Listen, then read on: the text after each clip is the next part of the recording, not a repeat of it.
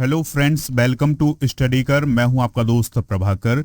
Daily current affairs में आज हम 7 अक्टूबर 2022 के मोस्ट इंपॉर्टेंट क्वेश्चन डिस्कस करेंगे करेंट अफेयर्स से रिलेटेड। तो आप इस वीडियो को बहुत ही ध्यान से लास्ट तक देखिएगा, बहुत ही इंपॉर्टेंट लेक्चर है। चैनल पर अगर आप नए हैं तो चैनल को सब्सक्राइब जरूर करिएगा, शेयर भी कर दीजिएगा दोस्तों को। पहला क्वेश्चन है, रक्षा मंत्री राजनाथ सिंह ने उत्तर प्रदेश के किस कैंट का नाम बदलकर अयोध्या कैंट करने की मंजूरी दी है? तो जो फैजाबाद कैंट है उसका नाम बदल करके अयोध्या कैंट किया गया है। अब यहाँ पर दोस्तों कैंट का मतलब होता है सेना का या पुलिस का क्वार्टर, ठीक है। तो जो फैजाबाद कैंट था उसका नाम अब अयोध्या कैंट किया गया है और इसकी घोषणा 4 अक्टूबर 2022 को डिफेंस मिनिस्टर राजनाथ सिंह ने की है। इससे पहले क्या हुआ था, नवंबर 2018 में उत्तर प्रदेश का जो फैजाबाद डिस्ट्रिक्ट था उसका नाम अयोध्या किया गया था। दोस्तों भारत में कितने कैंट हैं? तो अभी वर्तमान में भारत में 62 कैंट हैं। 2022 में बदले हुए कुछ नाम डिस्कस करते हैं। राजपथ का नाम कर्तव्य पथ, रोहतांग सुरंग को अटल सुरंग, इलाहाबाद को प्रयागराज, होशंगाबाद को नर्मदापुरम, मानव संसाधन विकास मंत्रालय को शिक्षा मंत्रालय, डिक्की बंदी स्टेडियम मेघालय को PA Sangma stadium, Mundwadih railway station का नया नाम Banaras station, Rajiv Gandhi Orang national park का नाम ओरांग नेशनल पार्क और मोहाली हॉकी स्टेडियम का नाम Balbir Singh senior hockey stadium किया गया। दोस्तों अभी हाल ही में एक और न्यूज रही है, चलिए उसको भी डिस्कस कर लेते हैं। हाल ही में महाराष्ट्र गवर्नमेंट के द्वारा ये फैसला लिया गया कि जो चिपी ग्रीनफील्ड हवाई अड्डा है उसका नाम बैरिस्टर नाथ पाई के नाम पर रखा जाएगा। तो चीफ मिनिस्टर हैं महाराष्ट्र के एकनाथ शिंदे, तो उनकी कैबिनेट ने यह फैसला लिया है। बैरिस्टर नाथ पाई कौन थे? तो वह एक स्वतंत्रता सेनानी और समाजवादी थे और 2022 में उनकी जन्म शताब्दी मनाई जा रही है, यानी 100 साल हुए हैं उनके जन्म के। दोस्तों उन्होंने प्रजा सोशलिस्ट पार्टी के नेता के रूप में भी काम किया हुआ है। अगला प्रश्न है, स्टार्टअप प्लेटफॉर्म हर स्टार्ट को किसने लॉन्च किया है? तो राष्ट्रपति द्रौपदी मुर्मू जी ने लॉन्च किया है। तो अहमदाबाद में गुजरात विश्वविद्यालय के द्वारा बनाया गया महिला उद्यमियों की हेल्प करने के लिए एक स्टार्टअप प्लेटफॉर्म है जिसका नाम है हर स्टार्ट। तो उसको किसने लॉन्च किया है? द्रौपदी मुर्मू जी ने लॉन्च किया है। इस पहल के माध्यम से जो महिला उद्यमी हैं उनको निजी और सरकारी प्लेटफॉर्म में जुड़ने में मदद मिलेगी और ये महिला उद्यमी जो है वो निजी क्षेत्र में और सरकारी क्षेत्र में बहुत आसानी से जुड़ सकती हैं इस प्लेटफॉर्म के माध्यम से। याद रखिएगा कि जो द्रौपदी मुर्मू जी हैं वह इनका पहला गुजरात दौरा था।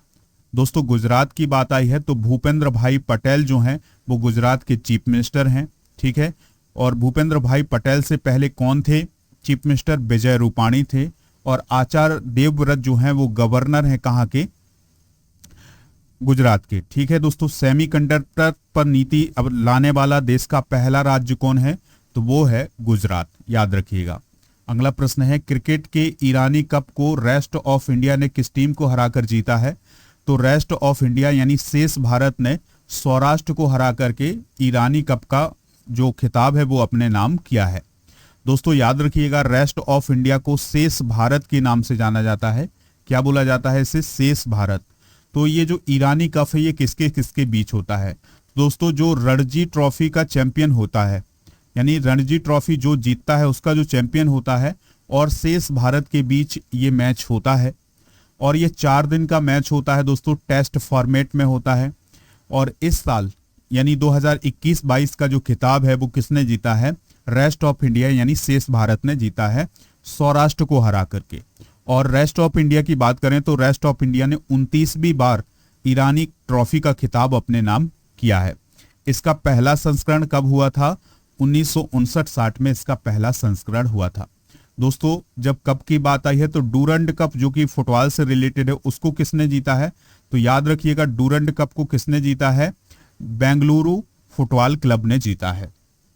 अगला प्रश्न है, संयुक्त राष्ट्र शरणार्थी एजेंसी का प्रतिष्ठित नानसेन पुरस्कार किसने जीता है? तो ये जीता है एंजेला मर्केल ने। तो जर्मनी की पूर्व चांसलर हैं एंजेला मर्केल, तो उन्होंने संयुक्त राष्ट्र शरणार्थी एजेंसी का प्रतिष्ठित नानसेन पुरस्कार जीता है। हुआ क्या था दोस्तों कि 2015 से 2016 के बीच में जर्मनी में 1.2 मिलियन से अधिक शरणार्थी आए थे और दोस्तों उनको उन्होंने सम्मानित किया था, यानी एंजेला मर्केल ने उनको सम्मानित किया था और उनकी हेल्प की थी। तो इसी हेल्प के लिए उन्हें नानसेन पुरस्कार दिया गया है। अभी हाल ही में यूनेस्को शांति पुरस्कार किसे दिया गया था? तो दोस्तों यूनेस्को शांति पुरस्कार जो है वो एंजेला मर्केल जी को ही दिया गया था। बात आई है एंजेला मर्केल की, तो इनका पूरा नाम है एंजेला डोरोथिया मर्केल और यह पूर्व राजनीतिज्ञ हैं और वैज्ञानिक भी हैं। 2005 से लेकर के 2021 तक इन्होंने जर्मनी के चांसलर के रूप में काम किया है।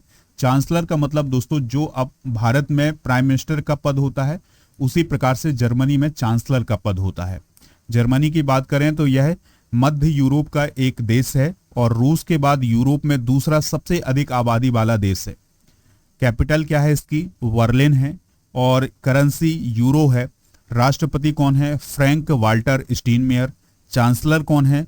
ओलाफ स्कोल्ज हैं। अगला प्रश्न है महानिदेशक आयुध के रूप में किसने पदभार संभाला है? तो संजीव कुमार जो हैं वो महानिदेशक आयुध नियुक्त किए गए हैं।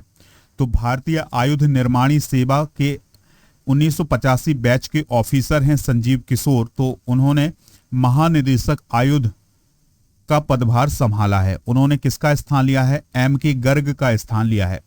पद संभालने से पहले जो संजीव किशोर थे वो कोलकाता के आयुध निदेशालय में अतिरिक्त महानिदेशक के रूप में काम कर रहे थे। हाल ही में कुछ महत्वपूर्ण नियुक्तियां हुई हैं, चलिए उनको भी डिस्कस करते हैं। तो डॉक्टर संजीव बहल को भारतीय चिकित्सा अनुसंधान परिषद यानी ICMR का महानिदेशक नियुक्त किया गया है। नागेश सिंह को थाईलैंड में भारत का अगला राजदूत नियुक्त किया गया है। संजय अरोड़ा को दिल्ली का अगला पुलिस आयुक्त नियुक्त किया गया है और प्रणव कुमार वर्मा को बांग्लादेश में भारत का अगला हाई कमिश्नर नियुक्त किया गया है। तो ये हैं महत्वपूर्ण नियुक्तियां। चलिए दोस्तों अब हम करंट अफेयर्स का रिवीजन कर लेते हैं। तो जनवरी के करंट अफेयर्स को रिवाइज कर रहे हैं, तो इसी क्रम में दोस्तों चलिए डिस्कस करते हैं जनवरी का करंट अफेयर्स।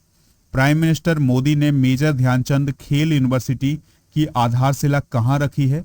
तो ये मेरठ उत्तर प्रदेश में रखी थी जनवरी 2022 में। किस राज्य में लोसार महोत्सव आयोजित किया गया? तो लोसार महोत्सव याद रखिएगा लद्दाख में मनाया जाता है। आरबीआई ने किस पेमेंट बैंक को अनुसूचित बैंक का दर्जा दिया है? तो एयरटेल पेमेंट बैंक को अनुसूचित बैंक का दर्जा दिया गया है। पद्मश्री से सम्मानित सिंधुताई सपकाल का निधन हुआ है, वह किस लिए प्रसिद्ध थी? तो दोस्तों वह एक समाज सेविका थी जिनका जनवरी 2022 में निधन हुआ है। ठीक है।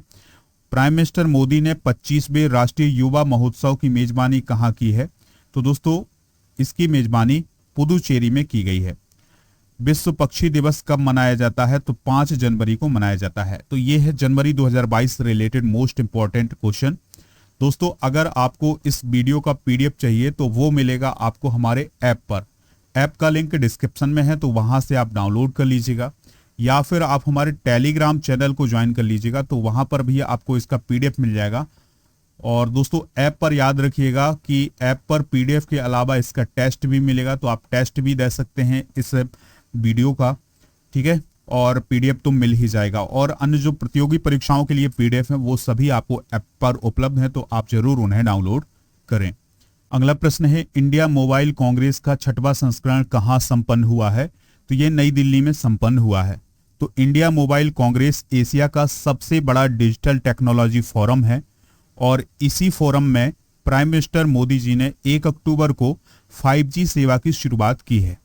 दोस्तों 1 अक्टूबर को यह शुरू हुआ है और 4 अक्टूबर को ये जो मोबाइल कांग्रेस है इसका समापन 4 अक्टूबर को हुआ है। इसका आयोजन दिल्ली के प्रगति मैदान में हुआ है। अगला प्रश्न है बहुत ही इंपॉर्टेंट प्रश्न है। कार्ल बैरी शार्पलेस, कैरोलिन बैट्रोजी और मॉर्टेन मेंडल ने किस क्षेत्र में नोबेल पुरस्कार जीता है? तो उन्होंने रसायन विज्ञान के क्षेत्र में नोबेल पुरस्कार जीता है। दोस्तों याद रखिएगा कि इस पूरे हफ्ते नोबेल प्राइज दिए जा रहे हैं, तो केमिस्ट्री के क्षेत्र में इन 3 लोगों ने नोबेल प्राइज जीता है। दोस्तों अमेरिका के हैं कार्ल बैरी शार्पलेस और कैरोलिना आर बैट्रोजी जो हैं वो दोनों लोग अमेरिका के हैं, यानी कार्ल बैरी शार्पलेस और कैरोलिन आर बैट्रोजी ये दोनों कहाँ के हैं? अमेरिका के हैं। और डेनमार्क के हैं मॉर्टन मेंडल, तो इन 3 लोगों को रसायन विज्ञान का यानी केमिस्ट्री का नोबेल प्राइज मिला है। किस लिए मिला है? क्लिक केमिस्ट्री और बायो ऑर्थोगोनल केमिस्ट्री के विकास के लिए। ठीक है दोस्तों, कार्ल बेली सॉरप्लेस ने अपने करियर में दूसरी बार यह विज्ञान का खिताब जीता है। इससे पहले उन्होंने 2001 में भी दोस्तों रसायन विज्ञान का नोबेल प्राइज जीता था। ठीक है दोस्तों, कार्ल बेली सॉरप्लेस की बात करें तो ब्रिटिश वैज्ञानिक फ्रेडरिक सेंगर के बाद 2 बार रसायन में नोबेल पाने वाले दूसरे व्यक्ति हैं। अगला प्रश्न है, विश्व शिक्षक दिवस कब मनाया जाता है? तो दोस्तों विश्व शिक्षक दिवस 5 अक्टूबर को मनाया जाता है। इस बार की थीम क्या है? शिक्षा का परिवर्तन शिक्षकों के साथ शुरू होता है। 1994 में यूनेस्को के द्वारा 5 अक्टूबर को विश्व शिक्षक दिवस के रूप में घोषित किया गया था। दोस्तों भारत में भी शिक्षक दिवस मनाया जाता है। कब मनाया जाता है? 5 सितंबर को मनाया जाता है, डॉक्टर सर्वपल्ली राधाकृष्णन के जन्म दिवस पर। और भारत में 1962 से शिक्षक दिवस मनाया जा रहा है। अगला प्रश्न है, किस बैंक ने व्हाट्सएप के माध्यम से बैंकिंग सुविधा उपलब्ध कराई है? तो ऐसा किसने किया है दोस्तों? पीएनबी बैंक ने। तो पंजाब नेशनल बैंक ने यह घोषणा की है कि उसने व्हाट्सएप के माध्यम से ग्राहकों और गैर ग्राहकों दोनों के लिए बैंकिंग सुविधाएं उपलब्ध कराई हैं। ठीक है, पीएनबी के सीईओ कौन है? अतुल कुमार गोयल हैं। व्हाट्सएप के सीईओ कौन है? विल कैथकार्ट हैं। अगला प्रश्न है, FIH महिला rising player of the year 2021-22 किसे चुना गया है? तो ये चुना गया है दोस्तों मुमताज खान को। तो भारत की युवा हॉकी खिलाड़ी हैं मुमताज खान, तो उनको 4 अक्टूबर 2022 को FIH महिला rising star of the year nominate किया गया है यानी चुना गया है।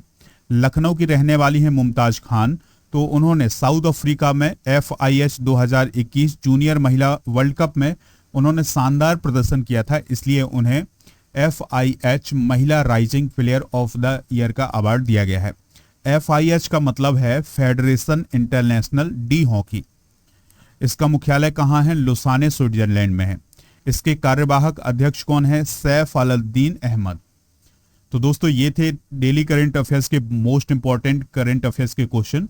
अब आपसे एक क्वेश्चन पूछा जा रहा है जिसका आंसर आपको कमेंट बॉक्स में देना है। अटल सुरंग किस राज्य में स्थित है? हिमाचल प्रदेश, उत्तराखंड, राजस्थान या जम्मू कश्मीर? जो भी इसका राइट आंसर हो कमेंट बॉक्स में बताइएगा। पीडीएफ डाउनलोड करना हो तो दोस्तों ऐप से और टेलीग्राम से डाउनलोड कर सकते हैं, दोनों का लिंक डिस्क्रिप्शन में है, तो वहां से आप डाउनलोड जरूर करिएगा। ऐप पर मंथली करंट अफेयर्स और जो हाल ही में जो नियुक्तियां हुई हैं साइंस के 1000 से अधिक प्रश्नों का जो पीडीएफ, ये सभी आपको उपलब्ध है हमारे ऐप पर, तो इसको डाउनलोड जरूर करें। लेक्चर पसंद आया हो तो आप इसे लाइक करें, इसके अलावा आप इसे शेयर भी कर दें सभी दोस्तों को सभी सोशल मीडिया प्लेटफॉर्म पर। जय हिंद, वंदे मातरम।